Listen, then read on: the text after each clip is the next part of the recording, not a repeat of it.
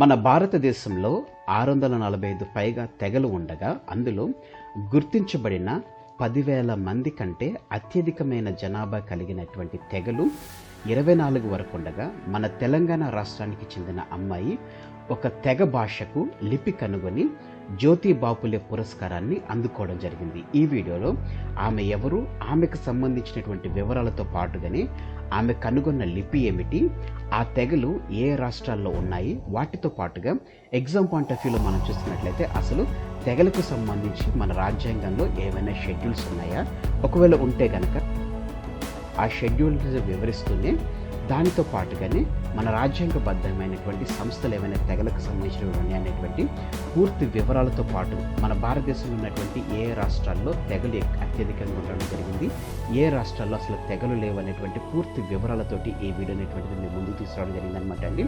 Friends, మీరు కనుక మన సోము కాంపిటేటివ్ గైడెన్స్ అనేటువంటి ఛానల్ని ఫస్ట్ టైం విజిట్ చేసినట్లయితే కనుక మీరు మన ఛానల్ని సబ్స్క్రైబ్ చేసుకోండి. సబ్స్క్రైబ్ చేసుకున్న తర్వాత పక్కన ఉన్నటువంటి బెల్ ఐకాన్ని ట్యాప్ చేయడం ద్వారా ఎప్పటికప్పుడు లేటెస్ట్ అప్డేట్స్ అనేటువంటిది మీరు మీ డివైస్లో నోటిఫికేషన్ రూపంలో పొందుకోవడం జరుగుతుంది అనమాట అండి. మనం ఏమాత్రం నేర్చుకోకుండా వీడియోలోకి మనం వెళ్ళిపోతాం.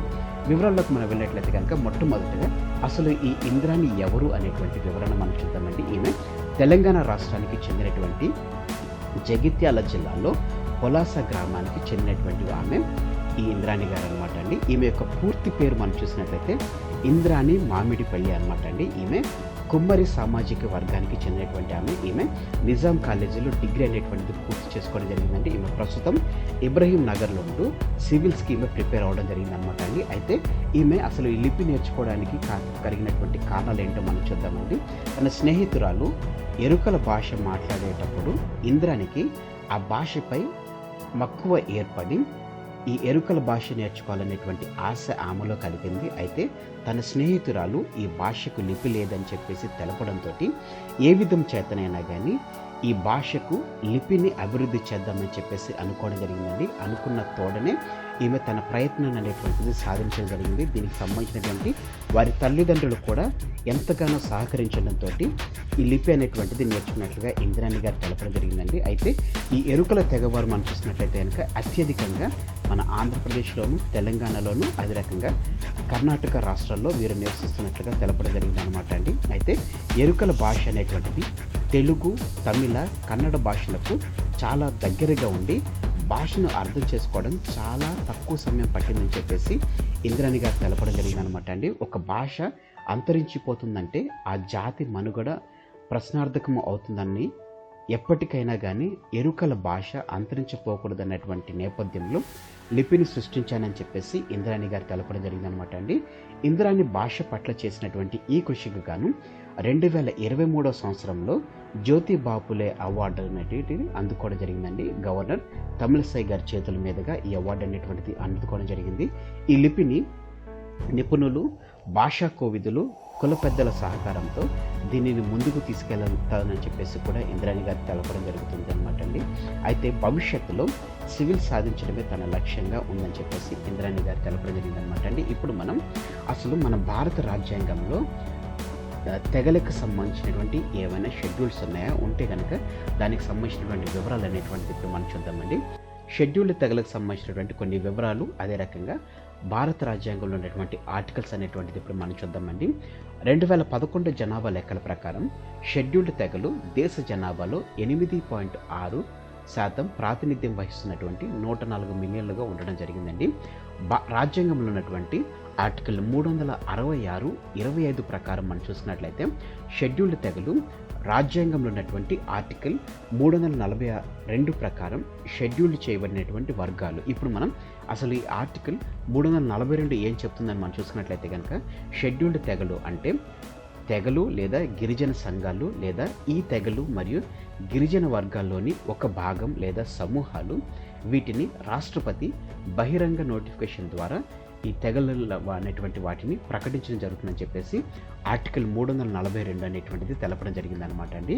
గిరిజన సమూహాలలో చాలామంది ఆధునిక జీవితానికి అనుగుణంగా ఉండడం జరిగింది. అయితే మరింత బలహీనంగా ఉన్నటువంటి గిరిజన సమూహాలు ఉన్నాయి కూడా తెలపడం జరిగిందనమాట అండి. అయితే దేబార్ కమిషన్ గుర్తుపెట్టుకోండి, దేబార్ కమిషన్ ఇది 1973లో దీన్ని ఏర్పాటు చేయడం జరిగిందనమాట అండి. దీని ప్రకారం మనం చూసుకున్నట్లయితే దేబార్ కమిషన్ నివేదిక ప్రకారం చూసుకున్నట్లయితే కనుక ప్రిమిటివ్ ట్రైబల్ గ్రూప్ అనేటువంటి ప్రత్యేక వర్గాన్ని దేబార్ కమిషన్ 1973లో దీన్ని సృష్టించడం జరిగిందనమాట అండి. అయితే 2006లో దీన్ని ముఖ్యంగా హాని కలిగించేటువంటి గిరిజన సమూహాలుగా పీవీటీజీలుగా దీన్ని మార్చడం జరిగిందనమాట అండి. 2006లో అసలు పీజీటీస్ని ఏర్పాటు చేసింది దేబార్ కమిషన్ 1973వ సంవత్సరంలో.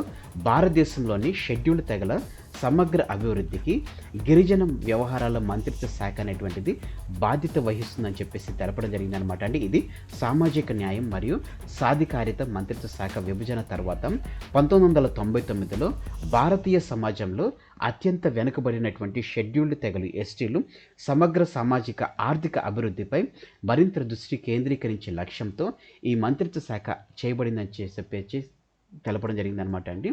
షెడ్యూల్డ్ తెగల జాతీయ కమిషన్ ఎన్సీఎస్టీ అనేటువంటిది ఎప్పుడు ఏర్పడిందని మనం చూసుకున్నట్లయితే కనుక రాజ్యాంగ సవరణ 89వ రాజ్యాంగ సవరణ చట్టం ప్రకారం 2003 ద్వారా రాజ్యాంగంలోని ఆర్టికల్ 338ని సవరించడం ద్వారా మరియు కొత్త ఆర్టికల్ 338 ఆర్టికల్ అనేటువంటిది స్థాపించడం జరిగిందనమాట అండి. షెడ్యూల్డ్ తెగల జాతీయ కమిషన్ ఎన్సీఎస్టీ అనేటువంటిది ఏర్పాటు చేయడం జరిగిందనమాట అండి. అదే రకంగా టీఎస్పీ గిరిజన ఉప ప్రణాళిక వ్యూహం అనేటువంటిది గిరిజన ప్రజల వేగవంతమైన సామాజిక ఆర్థిక అభివృద్ధి కోసం ఉద్దేశించినటువంటి భారత ప్రభుత్వం చొరవే టీఎస్పీ అనేటువంటి తెలపడం జరిగింది అనమాట అండి. అదే రకంగా ఇంక ఎన్నో ఇంపార్టెంట్ పాయింట్స్ అనేటువంటిది మీకు ఇందులో మెన్షన్ చేయడం జరిగిందండి. అవి ఏంటి అని మనం చూసుకున్నట్లయితే కనుక మధ్యప్రదేశ్, మహారాష్ట్ర, ఒరిస్సా, రాజస్థాన్, గుజరాత్, జార్ఖండ్, ఛత్తీస్గఢ్, ఆంధ్రప్రదేశ్, పశ్చిమ బెంగాల్ మరియు కర్ణాటకలో ఎక్కువ సంఖ్యలో షెడ్యూల్డ్ తెగలు ఉన్నటువంటి రాష్ట్రాలుగా ఉండడం జరిగిందనమాట అండి. ఈ రాష్ట్రాల నుంచి మనం చూసుకున్నట్లయితే కనుక 83.2% అనేటువంటిది షెడ్యూల్డ్ తెగలు అనేటువంటిది కేవలం ఈ రాష్ట్రాల నుంచి ఉండడం జరిగిందండి. మిగతా 15.3% మంది షెడ్యూల్డ్ తెగలు అనేటువంటిది అస్సాం, మేఘాలయ, నాగాలాండ్, జమ్మూ కాశ్మీర్, త్రిపుర, మిజోరం, బీహార్, మణిపూర్, అరుణాచల్ ప్రదేశ్ మరియు తమిళనాడులో మిగతా 15.3% తెగలు ఉన్నట్లుగా మనకు స్టాటిక్స్ అనేటువంటి తెలపడం జరిగిందనమాట అండి. మధ్యప్రదేశ్లో అత్యధిక సంఖ్యలో షెడ్యూల్డ్ తెగలు ఉన్నాయి. అదే రకంగా తర్వాత స్థానంలో చూసుకున్నట్లయితే కనుక ఒరిస్సాలో అత్యధికంగా షెడ్యూల్డ్ తెగలు అనేటువంటిది ఉండడం జరిగిందండి. అయితే ఛత్తీస్గఢ్లో ఉన్నటువంటి బస్తర్ జిల్లాలో అత్యధిక సంఖ్యలో షెడ్యూల్డ్ తెగలు ఉన్నట్లుగా కూడా స్టాటిక్స్ అనేటువంటిది తెలపడం జరిగిందండి. అసలు షెడ్యూల్డ్ తెగలు లేనటువంటి జిల్లాలు మనం చూసుకున్నట్లయితే కనుక పంజాబ్, ఢిల్లీ, చండీగఢ్, పాండిచ్చేరి, హర్యానాల్లో అసలు షెడ్యూల్డ్ తెగలు అనేటువంటిది లేవన్నమాట అండి. సో ఫ్రెండ్స్, ఇదండి షెడ్యూల్డ్ తెగలు. అదే రకంగా మన భారతదేశంలో ఉన్నటువంటి ఎరుకల తెగలకు సంబంధించినటువంటి లిపిని కనుగొన్నటువంటి ఇంద్రానికి సంబంధించినటువంటి పూర్తి వివరాలతో కూడినటువంటి video. Thanks for watching the video. ఇందులో ఉన్నటువంటి ఇన్ఫర్మేషన్ అదే రకంగా నా ఎక్స్ప్లెనేషన్ అనేటువంటిది మీకు నచ్చినట్లయితే మీరు ఇంకా మన సోము కాంపిటేటివ్ గైడెన్స్ అనేటువంటి యూట్యూబ్ ఛానల్ మీరు సబ్స్క్రైబ్ చేసుకోకపోతే వెంటనే మన ఛానల్ని సబ్స్క్రైబ్ చేసుకొని పక్కన ఉన్నటువంటి బెల్ ఐకాన్ని ట్యాప్ చేయడం ద్వారా ఎప్పటికప్పుడు లేటెస్ట్ అప్డేట్స్ అనేటువంటిది నోటిఫికేషన్ రూపంలో మీరు మీ డివైస్లో పొందుకోవడం జరుగుతుంది. ఫ్రెండ్స్, ఈ వీడియో కనుక మీకు నచ్చినట్లయితే, నా ఎఫర్ట్స్ కనుక మీకు నచ్చినట్లయితే తప్పకుండా లైక్ చేయండి. కింద కామెంట్ సెక్షన్లో కామెంట్ చేయడం మర్చిపోకండి. ఈ వీడియోని మీ ఫ్రెండ్స్ అండ్ ఫ్యామిలీస్ రిలేటివ్స్ ఎవరైతే గవర్నమెంట్ ఎగ్జామ్స్ ప్రిపేర్ అవుతున్నారో ప్రతి ఒక్కరికి ఈ వీడియో షేర్ చేయడం మర్చిపోకండి. Thanks for watching the video. Have a nice day. All the best for your exams. Bye.